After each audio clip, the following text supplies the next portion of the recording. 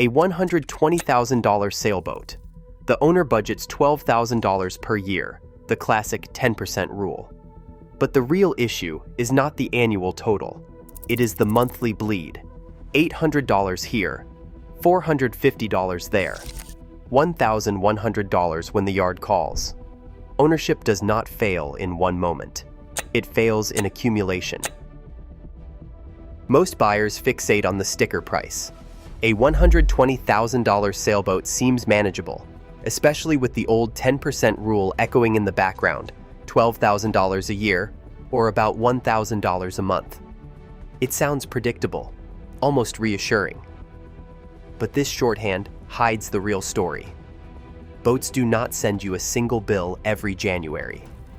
Instead, ownership leaks out in dozens of small, regular withdrawals. One month it is the slip fee, the next it is a haul-out deposit, then a new insurance premium or a round of engine service. Each line item is modest on its own, but together they form a steady, relentless drain. The 10% rule was always meant as a rough annual average, not a guarantee. It glosses over timing, ignores how big-ticket maintenance cycles stack up, and misses the fact that most costs do not arrive on a neat schedule. Even the industry average, just under 10% per year, according to Boat US and NMMA, tells you nothing about cash flow. What matters is how these expenses convert into monthly commitments. When you translate $12,000 a year into $1,000 a month, it frames the question differently. Can your household absorb a $1,000 draw every month without fail? This is the heart of sustainable ownership. It is not about whether you can afford the boat. It is about whether you can live comfortably with the ongoing monthly burn. That is why the next step is to break out the real-world numbers, starting with the first fixed cost every owner faces: dockage. Slip fees are the first and most predictable line item for any boat owner. Every month, the marina bills by the foot. No exceptions, no holidays. Across the United States, the range is wide.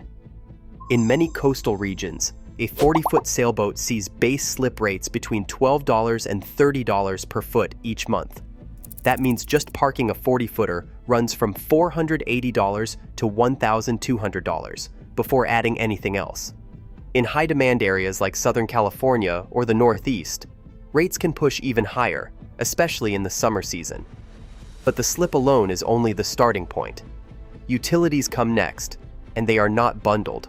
Shore power, water, and pump-out services add anywhere from $50 to $200 per month, depending on local rates and how much you use. Some marinas charge a flat minimum, like a $20 electricity fee in Pensacola, just to cover infrastructure, no matter how little you plug in. Others meter every kilowatt and every gallon, so bills can jump with heavy use. Think air conditioning in Florida or electric heaters in the Pacific Northwest. For those living aboard full-time, most marinas tack on a premium. The Liveaboard fee typically ranges from $200 to $600 a month, either as a flat surcharge or as a percentage of the slip rate. It covers extra services, security, waste management, sometimes parking, and it reflects the higher wear and tear of year-round residency. Not every marina allows liveaboards, and where they do, demand often outstrips supply. Add it all up, and the fixed monthly floor for a 40-foot boat quickly settles between $550 and $1,800, with regional outliers on both ends. For many owners, this is the single largest recurring expense, and it arrives right on schedule every month, no matter how much or how little you use the boat. These costs create the foundation that every other expense will build on. Insurance is the second line item that quietly builds pressure, and it has been anything but stable in recent years. For coastal cruising sailboats between 38 and 45 feet, annual premiums now fall between $2,500 and $6,000. That is $200 to $500 every month, even if you never file a claim. The sharp rise since 2022 is driven by hurricane losses in the Gulf and Atlantic, which forced insurers and their reinsurers to raise rates across the board. Florida, Texas, and the Carolinas see the steepest jumps, but even New England and California owners have felt the ripple effect. Deductibles play a large role in how much you pay. A $1,000 deductible keeps premiums at the top of the range, while moving to $2,500 or $5,000 can drop the bill by 10 to 20% per tier. The trade-off is obvious. Lower premiums mean higher out-of-pocket costs if disaster strikes. For a $120,000 hull, choosing a $5,000 deductible might save $400 a year, but it means swallowing a much larger loss after a storm or collision. Older boats face another hurdle. Once a hull passes the 15 or 20-year mark, many insurers add a 5 to 10% surcharge or require a fresh survey and evidence of recent upgrades.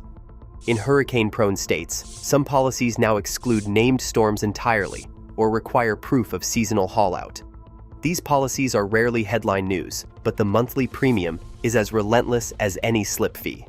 It is another fixed withdrawal, stacking on top of dockage, utilities, and Liveaboard surcharges before a single wrench is turned for maintenance. Every boat owner faces the reality that some costs are not monthly, but they are just as certain as the slip fee. The trick is to treat these long cycle expenses like a steady bill, not a surprise. In the yard, an experienced boatyard foreman might explain it this way. Standing rigging, the web of stainless wire holding up your mast, needs full replacement every 10 to 15 years.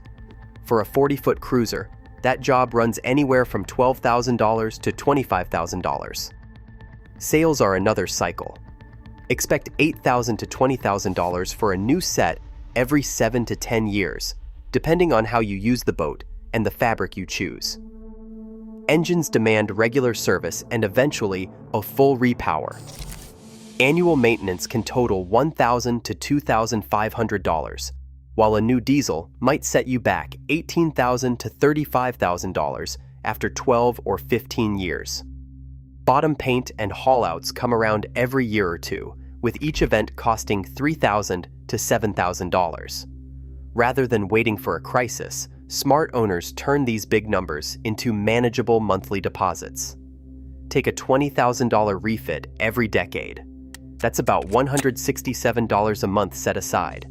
Add rigging at $15,000 amortized over 12 years, and you are looking at another $104 a month.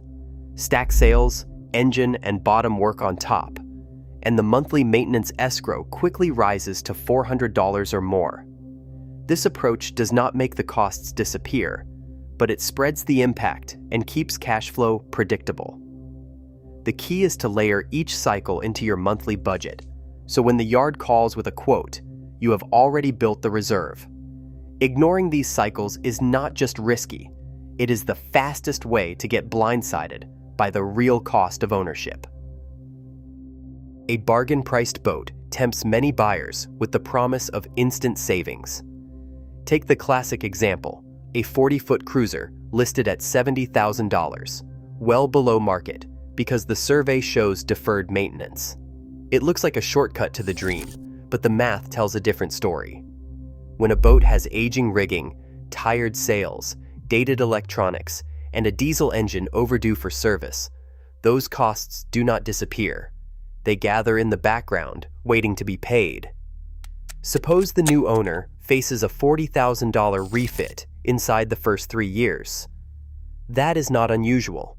$15,000 for standing rigging, $10,000 for sails, $8,000 for engine work, and $7,000 for bottom paint, electronics, and other catch-up items. Instead of spreading these expenses over a decade, the owner must absorb the full hit in a compressed window. Broken down, $40,000 over 36 months is about $1,111 per month, on top of slip fees, insurance, and utilities already in play. This is the liquidity shock that catches many off guard. The initial low price feels like a win, but the refit cycle can turn into a second mortgage. Owners who skip the upfront amortization logic find themselves squeezed by overlapping bills, forced to write large checks, or put repairs on credit. The result is not just a spike in spending. It is a steady, elevated monthly burden that can erode the satisfaction of ownership. The real risk is not the size of one invoice, but the way compressed cycles turn a cheap boat into a costly obligation. Moving up just a few feet in boat length transforms the entire financial equation. According to the Marine Economics Institute, total annual ownership costs do not rise in a straight line with size. They accelerate. The model shows that a 45-foot cruiser costs about 45% more per year to own than a 38-footer, even though it is only 18% longer. This jump is not just about a bigger slip or a larger insurance premium. Every major component, sails, rigging, engine, and bottom work, follows its own scaling curve. Sail area grows with the square of length, rigging loads increase with mast height, and even haulouts demand more labor as boats get heavier. For owners, this means the math can quietly cross a personal threshold. Boat US surveyed recent sellers and found that most did not walk away because of a single disaster. Instead, they listed their boats when the monthly shortfall hit somewhere between $800 and $1,100.